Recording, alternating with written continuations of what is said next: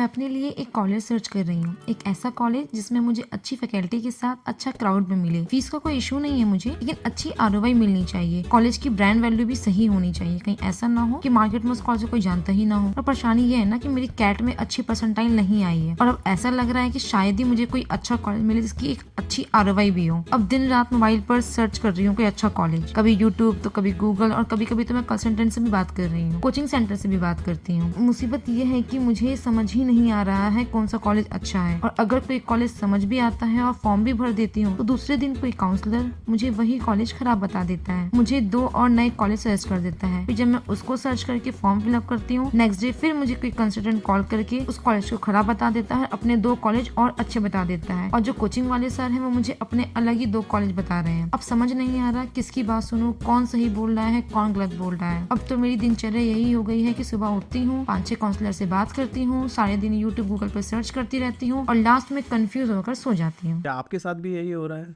क्या आप भी कोचिंग सेंटर, कंसल्टेंट और कॉलेजेस के जाल में फंस चुके हैं? जी हाँ, ये आपके साथ ही नहीं, हर एक उस बच्चे के साथ हो रहा है जिसने कैट का एग्ज़ाम दिया और कैट में बहुत अच्छा परसेंटाइल नहीं आया। आज बहुत आपके पास बहुत सारी कॉल्स आती हैं, कोई एक कॉलेज अच्छा बताएगा, कोई दूसरा कॉलेज अच्छा बताएगा, लेकिन कॉलेज कौन सा अच्छा है ये डिपेंड आपके ऊपर करता है, क्योंकि आपकी ज़रूरतें अलग हैं, आपकी नीड अलग है।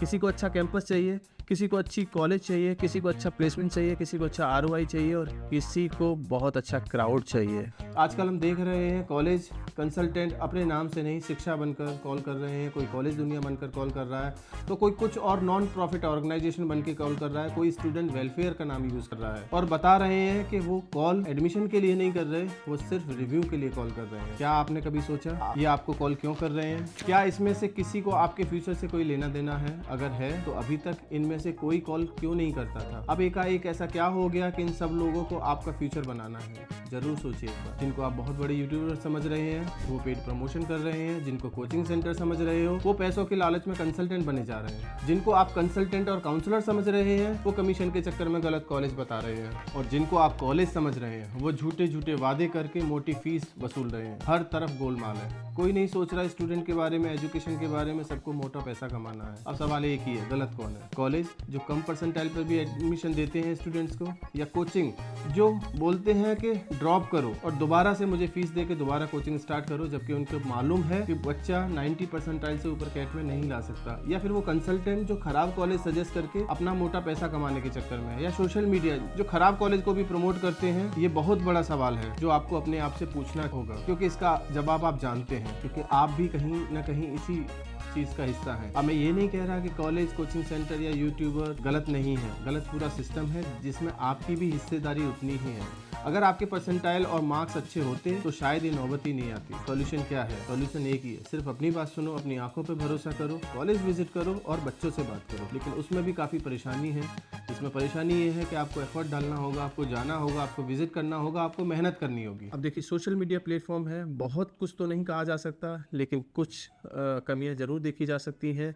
मैं कुछ हिंट कर सकता हूँ, कुछ कॉलेजेस के बारे में बता सकता हूँ, कैसे पता चलेगा कॉलेजेस ख़राब है नहीं ख़राब है, क्या इंडिकेशंस है, क्या सिम्टम्स है जिससे पता लगा जा सकता है कि कॉलेज अच्छा है या नहीं है। Avoid those colleges who will show you their offer letter. जब आप कॉलेज में जाएंगे तो कुछ कॉलेजेस के एडमिशन डिपार्टमेंट आपको कॉलेज के ऑफर लेटर शो करेंगे। अब ऑफर लेटर तो वो शो कर देंगे, लेकिन उनके बच्चों के नाम और नंबर नहीं देंगे। जब आप ऑफर लेटर, जब आप नाम बता सकते हो, कंपनी बता सकते हो, पैकेज बता सकते हो, तो बच्चों के नाम नंबर देने में क्या प्रॉब्लम है? वो बोलेंगे बच्चों की प्राइवेसी है। ईमेल आईडी से कौन सा प्राइवेसी हर्ट हो जाएगा बच्चों को? आप दीजिए ना बच्चों का, पता तो लगे कि जो आप दे रहे हो वो जेन्युइन है या नहीं है। Avoid those colleges who give you assurance letter और द गारंटी लेटर। 2 साल बाद क्या होने वाला है ये भी कॉलेज अभी से प्रेडिक्ट कर देते हैं। आपका इतना अच्छा कॉलेज है तो आपको एश्योरेंस देने की ज़रूरत नहीं है, आपको गारंटी देने की ज़रूरत नहीं है। और कौन सा अच्छा कॉलेज है जो एश्योरेंस और गारंटी लेटर देगा किसी बच्चे को? मैंने तो नहीं सुना। तो avoid those colleges also. Avoid those colleges who focus on the certifications only. कुछ कॉलेजेस ऐसे होंगे जो बहुत ज़्यादा सर्टिफिकेशंस पे ही फोकस करेंगे। हम 7 सर्टिफिकेशन दे रहे हैं, कोई कहेगा हम 8 सर्टिफिकेशन दे रहे हैं, कोई कहेगा हम 9 सर्टिफिकेशन दे रहे हैं। यानी कि वो PGDM MBA की बात कम करेंगे और सर्टिफिकेशन की बात ज़्यादा करेंगे। मैं ये नहीं कहता सर्टिफिकेशन की कोई वैल्यू नहीं होती, लेकिन सिर्फ और सिर्फ सर्टिफिकेशन ही गिनाना, ये सिर्फ उन कॉलेजेस की बात होगी जो शायद कॉलेज अच्छे ना हो। Avoid those colleges who do have give more than 2 month summer internship. ऐसे कॉलेजेस को भी अवॉइड करना जो 2 मंथ से ज़्यादा की समर इंटर्नशिप देते हैं। वो कहते हैं earn while you learn programme. ऐसा कुछ नहीं होता। 2 मंथ की समर इंटर्नशिप काफ़ी होती है, उसमें जो सीखना होता है बच्चा सीखेगा। अगर आपने मुझे इंटर्नशिप के लिए ही मैं आया हूँ, मैं पढ़ने के लिए आया हूँ, पढ़ाई करने के लिए आया हूँ, आप मुझे वो कराइए। इंटर्नशिप मुझे लालच क्या दे रहे हो कि मैं इंटर्नशिप क्या ज़िंदगी भर मैं इंटर्नशिप ही करता रहूँगा। Avoid those colleges who do not have any selection criteria for the sake of interview they people are taking interview.